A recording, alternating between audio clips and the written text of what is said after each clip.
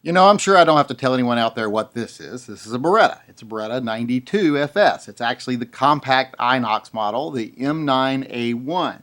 Now, to me, this would be the perfect carry gun if it wasn't for one thing. It actually has a safety. I won't carry a gun with a safety. Now, I love this gun. Now, I know a lot of people don't like Berettas. They've got all these horror stories that they hear from people that, oh, I was issued one in the military and they don't work, blah, blah, blah, or they explode in your face, blah, blah, blah.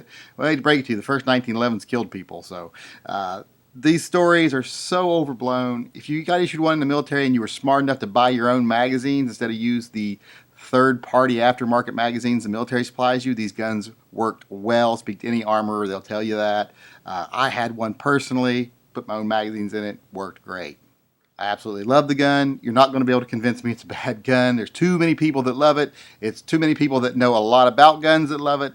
It's been around too long for it to be a bad model. You're just not going to tell me this is a bad gun. So, let's skip through that part. Don't even bother. Now, there is one problem with this gun other than having a safety, and that is it's got a little tiny blemish on it right there. That's not a big deal. Especially if I was going to carry it, it wouldn't be a big deal. But, I thought about having this fixed anyway, just having the frame Cerakoted, etc., making it look a little nicer. But since I don't carry it, it sits in the safe. But then I started thinking, if I'm going to do that, if I'm going to go to the trouble of having the frame fixed and Cerakoted, why don't I go a little further? Why don't I turn this into what would be my perfect carry gun? I've always wanted to carry one of these. I love this gun. I love this model, love this maker, etc. Everyone knows I love SIG, but I hate to break it to you, Beretta is got a place in my heart much larger than SIG does.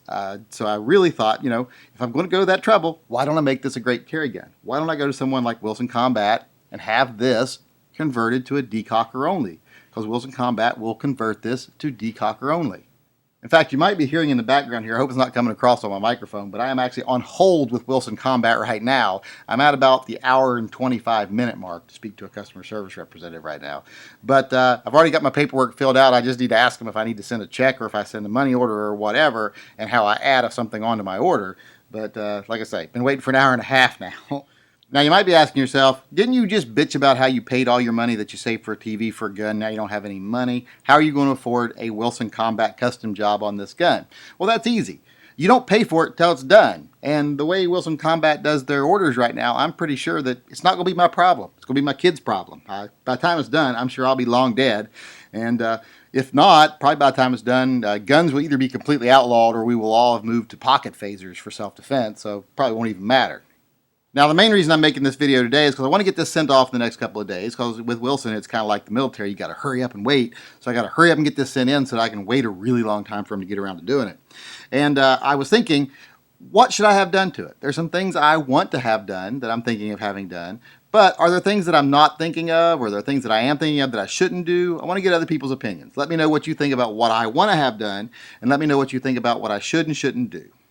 Now, the first thing, of course, is I'm going to have the trigger job. I'm going to have the gun completely tuned. They will do their AccuTune package.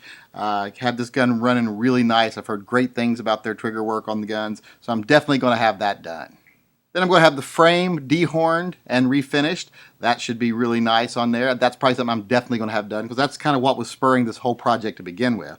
I'm definitely going to have the safety converted to a decocker only. That's something that's definite. That's not questionable. Now, the thing I do have to ask, should I have it low profile or regular safety? And should I do it to where it's still ambi, or should I just do the carry safety, which is just on this side? Now, that's a question I haven't answered yet. So that's something I'll be taking advice on.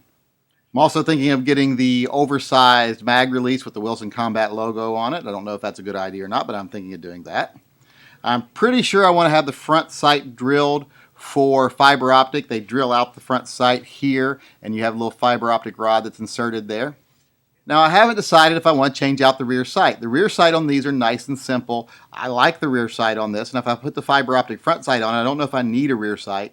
Now, Wilson does offer a combat rear sight, but it's kind of bulky, and I really don't know if I'd like it very much. So I'm on the fence about that.